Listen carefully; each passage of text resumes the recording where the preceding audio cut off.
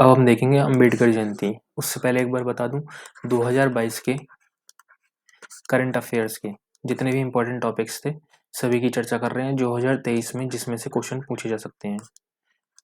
और एक टॉपिक में से लगभग एक ही क्वेश्चन पूछेंगे या बिल्कुल भी नहीं पूछेंगे।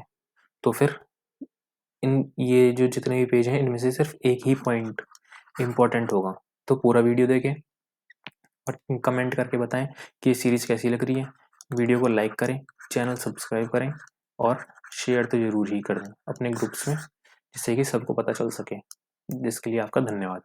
अब देखते हैं अम्बेडकर जयंती। अम्बेडकर जयंती या भीम जयंती एक वार्षिक उत्सव है जो 14 अप्रैल को बी आर अम्बेडकर जयंती मनाने के लिए बनाया जाता है। कब मनाई जाती है? 14 अप्रैल को। 14 अप्रैल को बी आर अम्बेडकर की जयंती मनाई जाती है, जो एक बहुत सुस्त नागरिक अधिकार अधिकारकर्ता हैं, जिन्हें अधिकार नागरिक अधिकार क्या लिख रखा है इसने, बहुत अनुशासन हुए हैं, अनुशासन और नागरिक कार्यकर्ता हैं, मतलब अच्छे नागरिक हैं, यही है इसका मतलब, जिन्हें व्यापक रूप से भारत के संविधान के वास्तुकार के रूप में जाना जाता है। अम्बेडकर जयंती सिर्फ भारत में ही नहीं बल्कि पूरी दुनिया में मनाई जाती है। अम्बेडकर जीवन भर समानता के लिए संघर्ष किया, इसलिए उनके जन्मदिन समानता दिवस के रूप में मनाया जाता है। ये भी एक इम्पोर्टेंट चीज है। 14 अप्रैल को किसकी जयंती मनाई जाती है? अम्बेडकर की जयंती। अम्बेडकर की जयंती को क्या बनाया जाता है? समानता दिवस। समानता दिवस के रूप में मनाया जाता है। इन्होंने क्या करा था? छुआछूत जो थी उसको खत्म करने में इनका योगदान था, इसलिए हर कोई समान, इसलिए इनका दिवस समानता दिवस के रूप में भी माना जाता है। अम्बेडकर जयंती की एक झलक। अम्बेडकर जयंती जुलूस उनके ही अनुयायियों द्वारा मुंबई और नागपुर में चैत्य भूमि और दीक्षा भूमि में निकाले जाते हैं। जश्न उनके अनुयायियों द्वारा, यहाँ तक कि संयुक्त राष्ट्र में जाने वाले इस दिन को अंतर्राष्ट्रीय समानता दिवस घोषित करने के लिए पूरे विश्व में मनाया जाता है। बड़ी संख्या में लोग बड़ी धूमधाम से जुलूस लिख रखा है, बड़ी धूमधाम से अम्बेडकर की याद में स्थानीय मूर्तियों के दर्शन करते हैं। 2020 में दुनिया में पहली ऑनलाइन अम्बेडकर जयंती मनाई गई। कब? 2020 में, इसलिए इम्पोर्टेंट है, पहली बार। बी आर अम्बेडकर की संक्षिप्त जीवनी।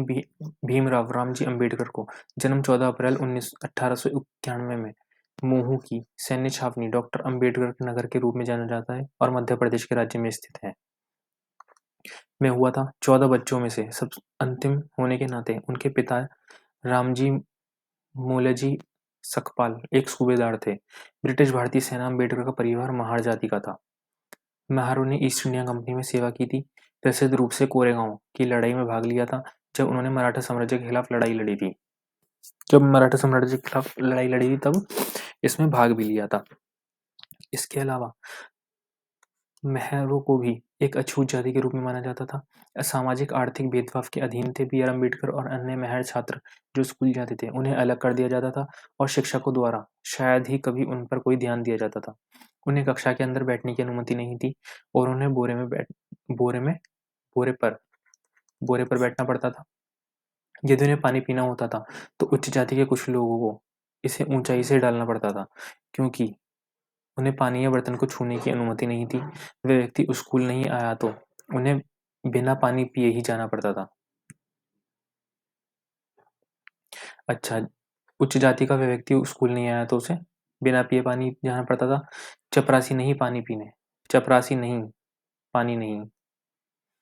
अच्छा, ये नीति थी। इस तरह उन्होंने स्थिति का वर्णन किया, अगर चपरासी नहीं तो पानी नहीं। यह अनुभव था कि अछूत जातियों की स्थिति के बारे में उनके भविष्य के विचारों को आकार देगा। कोलंबिया विश्वविद्यालय और लंदन स्कूल ऑफ इकोनॉमिक्स क्रमशः 1927 और 1923 में डॉक्टरेट की उपाधि प्राप्त करने के बाद, डॉक्टरेट यानी कि पीएचडी करने से पहले अम्बेडकर ने एलिफेंटन कॉलेज, बॉम्बे विश्वविद्यालय से स्नातक की उपाधि प्राप्त की।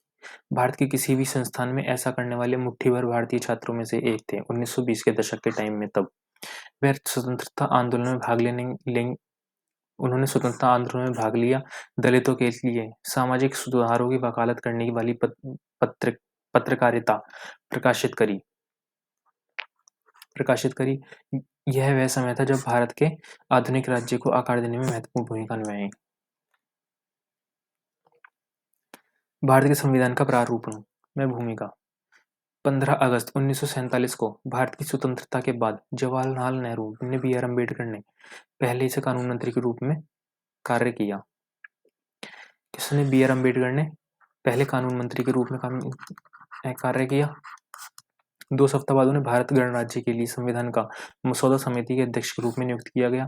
बी आर अम्बेडकर ने धर्म की स्वतंत्रता और अस्पृश्यता के उन्मूलन और सभी रूपों में भेदभाव पर प्रतिबंध लगाने जैसी नागरिक स्वतंत्रता की एक विस्तृत श्रृंखला की गारंटी देने की मदद की।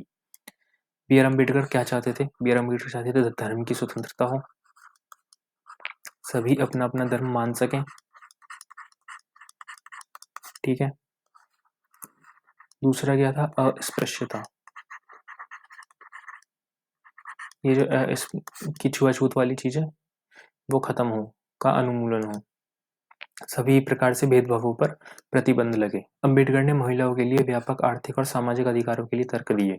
उन्होंने सिविल सेवाओं, स्कूलों, अनुसूचित जातियों, अनुसूचित जनजातियों और अन्य पिछड़े वर्ग के सदस्यों के लिए सरकारी नौकरियों के आरक्षण की व्यवस्था शुरू करने के लिए असेंबली का सफलतापूर्वक तर्क दिया और जीता। व्यवस्था सकारात्मक कार्रवाई कर रही थी। मसौदा समिति के सदस्यों ने इन उपायों के माध्यम से भारतीय समाज में व्यापक सामाजिक असमानताओं को मिटाने की आशा की। नया संविधान अपनाया गया। 26 नवंबर 2039 को संविधान सभा द्वारा संविधान को अपनाया गया था। ठीक है। बी आर अम्बेडकर की विरासत। बी आर अम्बेडकर के प्रयासों ने आधुनिक भारत के सामाजिक ताने बाने में एक स्थायी विरासत छोड़ी। स्वतंत्रता के बाद भारत में उनका प्रभाव जीवन के विभिन्न क्षेत्रों में देखा जाता है। भारत ने कुछ सामाजिक आर्थिक मुद्दों को देखने के तरीके को बदल दिया। वे व्यक्तिगत स्वतंत्रता में प्रबल विश्वास रखते थे, जाति व्यवस्था का घोर विरोध करते थे। सभी धर्मों के बारे में उनकी मजबूत राय ने उन्हें कई अनुयायियों के बीच एक विवादास्पद व्यक्ति बना दिया।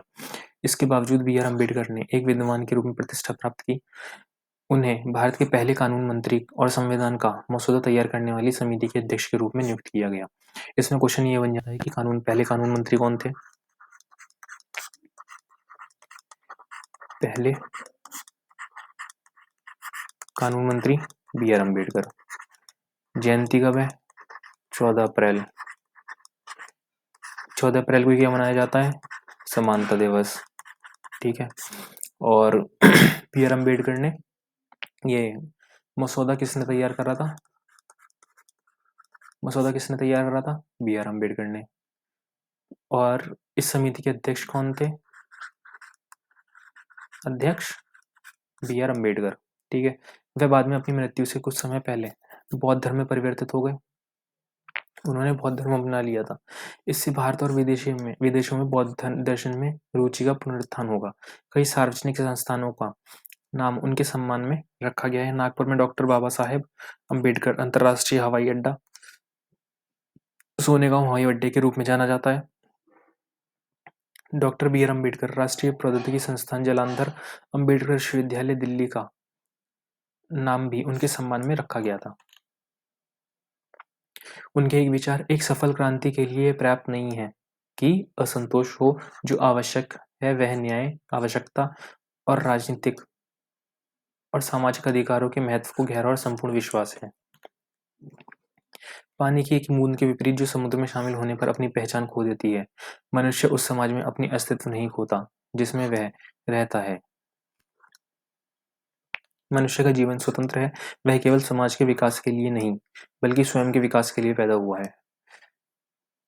सबसे पहले हम भारतीय हैं, सबसे पहले और अंत में हम भारतीय हैं। हम भारतीय हैं सबसे पहले और अंत में। अम्बेडकर जयंती के बारे में पूछे जाने वाले प्रश्न। अम्बेडकर जयंती क्यों मनाई जाती है? वर्तमान में भारत के निर्माण में डॉक्टर अम्बेडकर के अनगत योगदानों का सम्मान करने के लिए मनाई जाती है। जातिगत भेदभाव और उत्पीड़न जैसी सामाजिक बुराइयों से लड़ने में विविधता के समर्पण को याद करने के लिए अम्बेडकर जयंती मनाई जाती है। बी आर अम्बेडकर क्यों प्रसिद्ध हैं? भारतीय न्यायविद, अर्थशास्त्री, राजनीतिक, दलित नेता, समाज सुधारक डॉक्टर अंबेडकर ने भारत के संविधान की मसौदा समिति का नेतृत्व किया, इसलिए उन्हें भारतीय संविधान का जनक भी कहा जाता है। डॉक्टर अंबेडकर ने जवाहरलाल नेहरू की पहली कैबिनेट में कानून और न्याय मंत्री के रूप में कार्य किया। अंबेडकर जयंती मनाने की परंपरा किसने शुरू की? बाबा साहेब अंबेडकर का पहला जन्मदिन सार्वजनिक रूप से 14 अप्रैल 1928 को पुणे में जनार्दन सदाशिव रणपिसई द्वारा मनाया गया, जो एक अंबेडकरवादी सामाजिक कार्यकर्ता थे। उन्होंने अंबेडकर जयंती की बाबा साहेब जयंती की परंपरा शुरू की। तो अब मिलेंगे नेक्स्ट टॉपिक में।